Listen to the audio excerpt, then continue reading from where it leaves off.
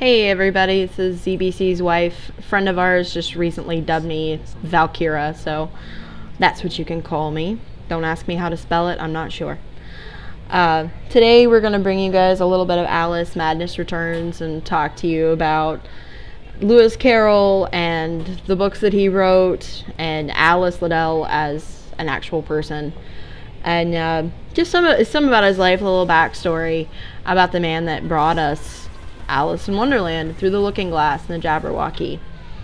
The man, Lewis Carroll, is actually a pen name, and I have no idea why this fella chose it, but he did.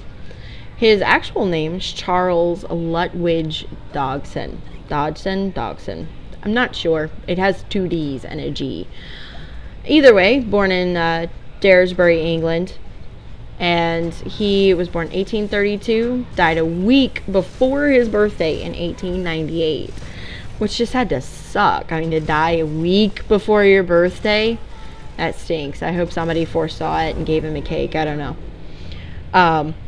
Alice in Wonderland was kind of a happy accident. It wasn't something that he set out to write or just, came up with. It came up with it spur of the moment, going down the River Isis with Alice and her two sisters to picnic. And at this point he was a deacon for the church, but he wasn't preaching. He actually never preached. He was always just a deacon for the church. He wrote some as a mathematician, and he was kind of dabbled in inventing a little bit.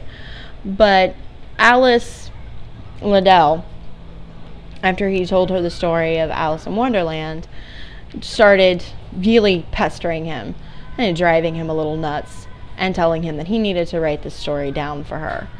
So he did. He actually sat and wrote it down and illustrated it himself and gave it to her as a gift. This is a 10-year-old little girl. This was a pretty awesome gift. And it sat on her family's bookshelf for quite some time. And friends of the family were reading it and they really enjoyed it.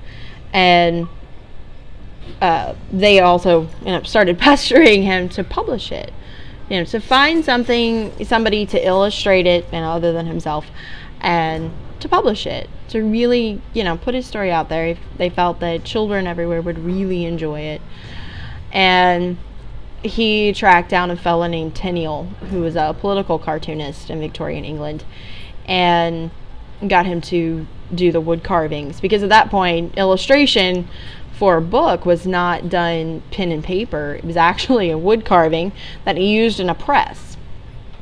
So now he's dead. The pictures of Alice were originally wood carvings. And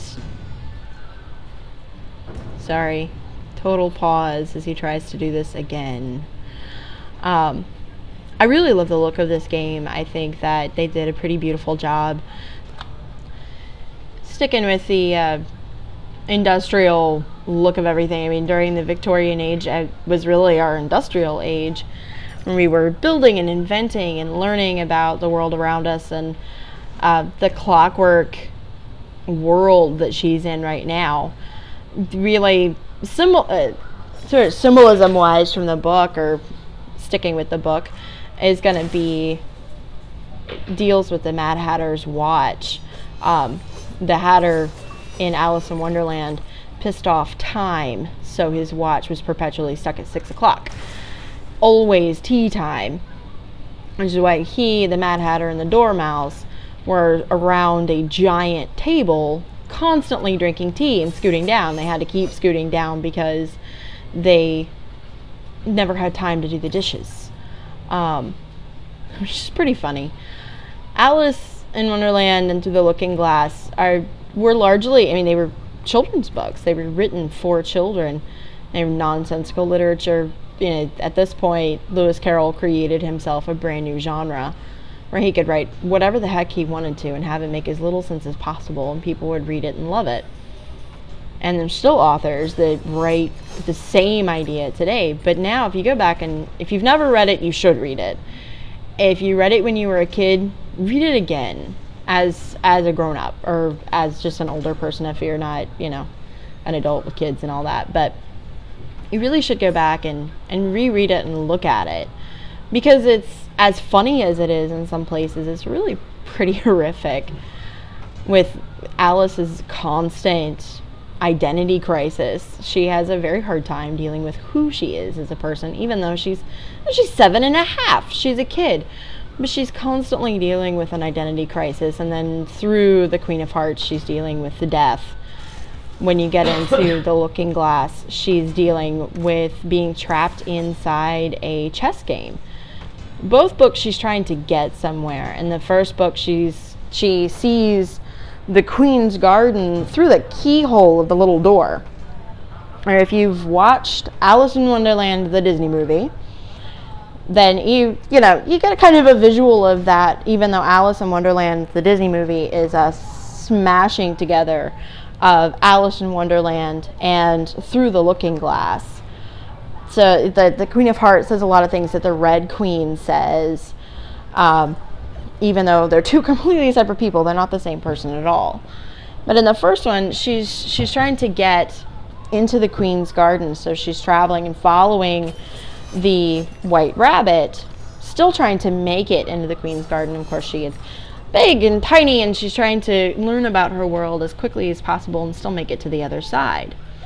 In the second book, she is inside a chess game, and she's trying to make it to the other side of the chessboard to be a queen.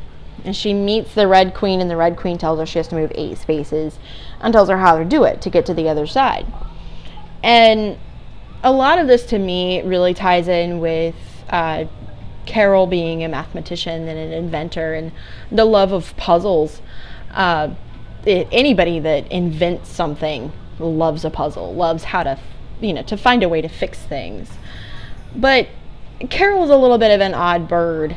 I know in the 30s there was a lot of speculation, especially from the Freudians, that he was a sexually repressed cannibal. It's amazing the things they came up with, when there's really no evidence of anything, least of all cannibalism. Actually, they pulled that from the all of the food in the books. There's a really great, very long article you can go and read. The link, I know, is posted to this, but you can go and read, and it talks about all of these things, everything from the Freudians to the Jungians, and how they felt about Carroll and what they said about him. As there was a tremendous amount of writing that came out, and it was all published, and it was really speculative. I can say that, to me, he probably was sexually repressed. I mean, this is Victorian England, and who wasn't repressed? And then everybody talks about the drug usage, and at that point, if you didn't use opiates, there was probably something wrong with you. Everybody did. The fact that the caterpillar has a giant hookah is not surprising, and it shouldn't be. That was really very commonplace and in his time period. What wasn't commonplace were the photographs that he took. The pictures that he took of these girls. If you are even now, we probably couldn't take pictures of somebody that naked. It wasn't that he took pictures of them nude and then, gave them to people. It was the pictures that he took weren't naked, but the girls were sort of scantily clad for that time. In Victorian England, you were pretty much entirely covered up, and these girls were definitely not. One of the pictures he takes of Alice Liddell, called Tomboy, which is really a very beautiful shot. Black and white. She looks very wistful, but when you're looking at her from a Victorian standpoint, she may as well be naked, because you can see her shoulders, you can see her knees, her feet are bare. These are things that were just really unheard of. There's another photo of a little girl named Alexandria Kitchin. They called her Ixie, and that one came out 1873. And you can go and look at this picture. There's a little girl on a chaise lounge napping, and her shoulders are uncovered and her hair is down, but it's that you can see the lower part of her leg, and that you can really see, you know, to cut at her clavicle, all of the upper part of her shoulders, where at that point in time, in the late 1800s, you didn't see a woman that naked unless you were paying to see her that naked, or, you know, it just wasn't done. And there's a lot of talk about him maybe abusing these kids. And whether he did or didn't is speculative. There is no way for us to possibly know whether he actually abused these children. Especially since when the writing was coming out in the 30s and 40s, all of these things were being published about him after he died.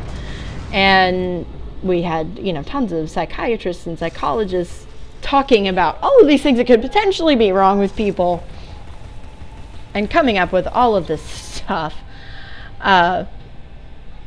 There really is no way to know. The Liddell family didn't say anything. Alice was still alive at this point, and she did not say a word. She kept everything to herself. She refused to talk to people. Everything was hidden. It's only been recently that his journals have been released to museums, you know, from his family. He lived a very, very private existence. And then both families, the Dodson family and the Liddell family, continued to keep that privacy and to cover it up. So if he did actually do anything to these girls, there's no knowing. I can say that there is some evidence later on of him doing nude studies, which is nerve-wracking. You know, like, I'm a girl and I wouldn't want somebody to do a nude study of me when I was 15. But at that point in time, if you were 15, you were basically an adult. It is what it is. Completely different cultures. Our culture now, he'd be in jail. he would be in jail. Somebody would freak out, and that's what would happen to him, because we do live a completely different life.